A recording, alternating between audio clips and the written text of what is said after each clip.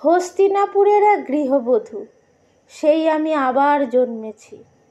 ভারতবর্ষের দিকে যে মেয়েটি এই প্রশ্ন ছুড়ে দিয়েছিল, স্ত্রীকে পণ রাখবার অধিকার কে দিল স্বামীকে? তার মতো প্রতিবাদী 1000 বছর ধরে কখনো দেখেছ? সেই দিন নেশাগ্রস্ত রাজা যুধিষ্ঠির ভারত কাঁপানো সেই কুপ্রস্তাব পেশ করলেন, যিনি নন অতি খর্বা, অতি কৃষ্ণা, কৃষা বা রক্তাভ, পদ্ম পলাশ চোখ সেই নারী দ্রৌপদীকে পণ রাখলাম। পৃথিবী তখনও কিন্তু ধ্বংস হয়ে যায়নি মানুষ।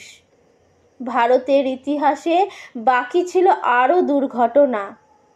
সভাঘর ক্ষুব্ধ হলো, বৃদ্ধেরা ধিক্কার দিল, ভীষ্ম হতবাক। সেই দিন আপনারা জানেন, বিদুর এবং গুরু দ্রোণাচার্য দুহাত মাথায় দিয়ে চুপচাপ মোহগ্রস্ত হয়ে বসে রইলেন। খুশি গোপন না করে ধৃতরাষ্ট্র বললেন, কে জিতল কে? পিন পতনের শব্দ শোনা যায়। সভাঘর এমন নীরব, দুই পক্ষ উদ্গ্রীব। শকুনির পাশা বলে উঠল, জিতেছি। উল্লাসে পাগল কর্ণ হেসে উঠলেন। আর ওই দুর্যোধন বললেন, প্রাতিক্রমী দাসী দ্রৌপদীকে নিয়ে এসো সভাঘরে। আমার প্রথম স্বামী অধমুখ, দ্বিতীয়ের অবরুদ্ধ ক্রোধ শান্ত করেন তৃতীয়। ফাল্গুন, তুমিও এত ক্লিপ ছিলে হয়? আমি প্রশ্ন পাঠালাম, প্রাতিক্রমী জেনে এসো প্রাজ্ঞদের থেকে, নিজেকে না দ্রৌপদীকে ধর্মরাজ কোন বাজি আগে হেরেছেন? উত্তর এলো না কোনো। পরিবর্তে ধর্মরাজ বলে পাঠালেন, রজস্বলা এক বস্ত্রা, কাঁদতে কাঁদতে তুমি শ্বশুরের সামনে দাঁড়াও। টেনে ধরলেন চুল দুঃশাসন এসে, সেই মেঘবর্ণ চুল, যেখানে ফাল্গুনি তুমি মুখ গুজে শুয়েছিলে নরম নিশীথে। কন্দর্প নিন্দিত কান্তি ভীমসেন এই চুলে খেলা করতেন। এই চুলে সুগন্ধে স্নায়ু শান্ত রাখতেন রাজা যুধিষ্ঠির। মাতৃহারা সহদেব এবং নকুল এই চুলের রহস্যে ভুলে থাকতেন শোক। স্বয়ং জননী কুন্তী এই চুলে খোপা বানাতেন।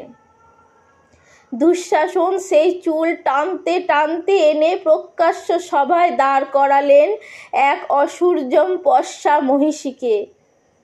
তোমরা পুরুষজন বাঁ হাতে নারীকে ঠেলে অন্দরে পাঠাও, ডান হাতে তোমরাই গা থেকে কাপড় টেনে খুলে নাও উন্মুক্ত বাজারে। তোমরা বিধান দাও, তোমরাই বোবা হয়ে থাকো। পুরুষে পুরুষে যুদ্ধ, প্রতিশোধ রমণীর শ্লীলতাহানিতে। স্খলিত বসনে সভা ঢেকে গেল। দ্রৌপদীর শাড়ি খুলল না। তন্তুর কৌশলে আমি প্রমত্ত কৌরব ঘরে লজ্জা রাখলাম। ওরে দুঃশাসন শোন, শত দেবতাও এসে তোকে বাঁচাবে না। মহাযুদ্ধে পাণ্ডবেরা প্রতিশোধ নেবে এই দারুণ লজ্জার। ধিক কুরুবৃদ্ধগণ, ধিক ঠুটো জগন্নাথ ভারতবাসীকে। আপনারা চুপচাপ বসে দেখলেন এই অধর্মের জয়। সারি সারি আর সারি রেশমে 7 রঙে ঢেকে গেল কৌরবের সভা। তবু গিট খুলল না। লজ্জা বস্ত্রটুকু তবু থেকে গেল দুঃস্বপ্ন শরীরে। শরীর দুঃস্বপ্ন কেন? লেলিহানে শরীর ছুতেছে, পুড়ে গেছে নগর বন্দর। এ মুখ চুম্বকের মতো টেনে এনেছিল নদী তীরে অসংখ্য তরণী। আমার মতোই এক অভিশপ্ত রূপসী না আমি স্বয়ং? কে যেন আমার মুখ দেখে বলেছিল, থেমে থাকা ইতিহাস। তোমার সৌন্দর্য দেখে অন্য সব নারীদের বানরই লাগছে। কে বলেছে? বলেছিল জয়দ্রথ বনবাসে তাড়া করে এসে, হে পুরুষ, রূপ দেখলেই কেন হাতের মুঠোয় চাও জ্যান্ত মানবীকে? না পেলে তারই শাড়ি টেনে ধরো অশ্লীল হাসিতে। তার মুখ কালো করে দিতে চাও, বলো। দ্রৌপদীর বহুপতি, বেশ্যা অতএব? আমি যদি বেশ্যা হই, তুমিও পুরুষ বেশ্যা কর্ণ মহামতি। তোমারও শয্যায় আসে বহু পত্নী, বিবিধ স্ত্রীলোক। তুমি যে নিয়মে চলো সে নিয়মে অধিকার আমারও থাকুক। তোমার যে গ্রন্থ লেখো সেই গ্রন্থ আমরা উল্টে দিতে পারি। শোনো কর্ণ, শোনো সভাজন, তোমাদের ছাইপাশ বিধিনিষেধের দিকে একটি বঙ্কিম প্রশ্ন।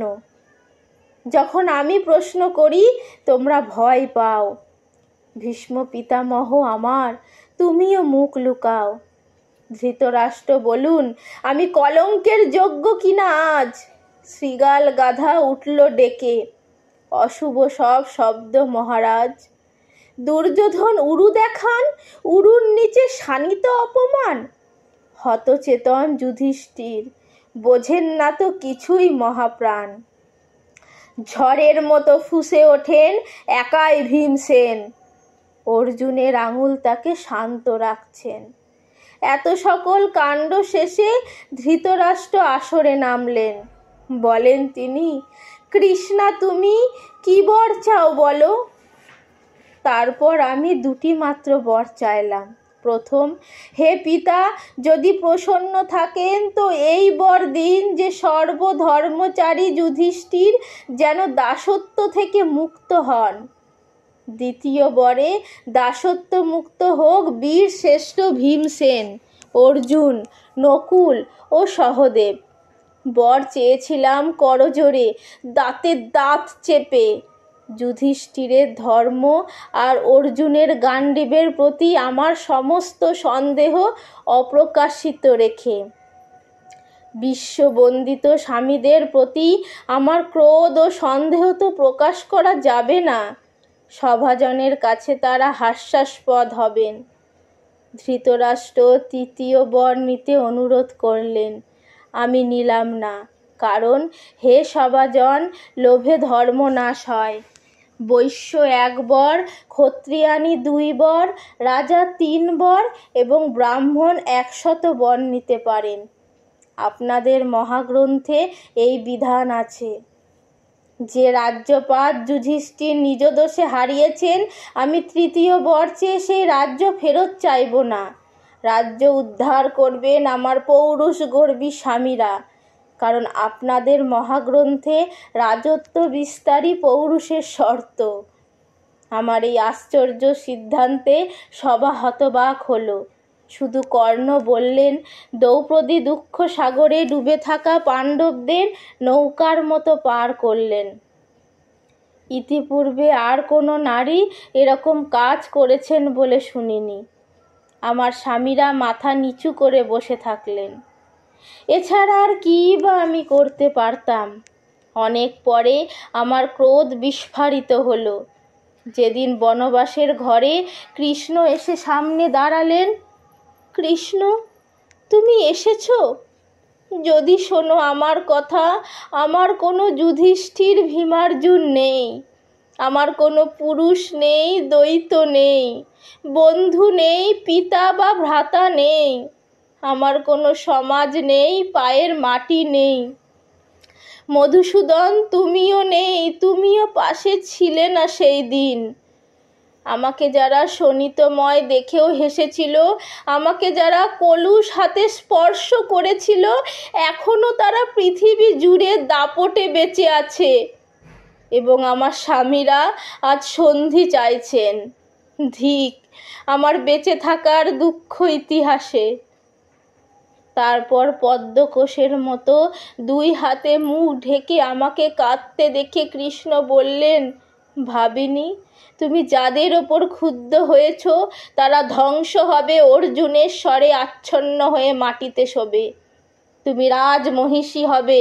যদি আকাশ পতিত হয়, হিমালয় শীর্ণ হয়, পৃথিবী খণ্ড খণ্ড হয়, সমুদ্র শুষ্ক হয়, তথাপি আমার বাক্য ব্যর্থ হবে না। আমার অপমানের ক্ষতে সেই প্রথম মলম পড়েছিল। আমার মরুভূমির বালি সেই প্রথম অশ্রু শিখেছিল। কৃষ্ণ, তুমি আমার মনে সেই প্রথম বন্ধু হয়েছিলে, সেই প্রথম ভারতভূমি তোমার পায়ে প্রণাম করেছিল। এইভাবে কৃষ্ণ তো দেবতা হলেন।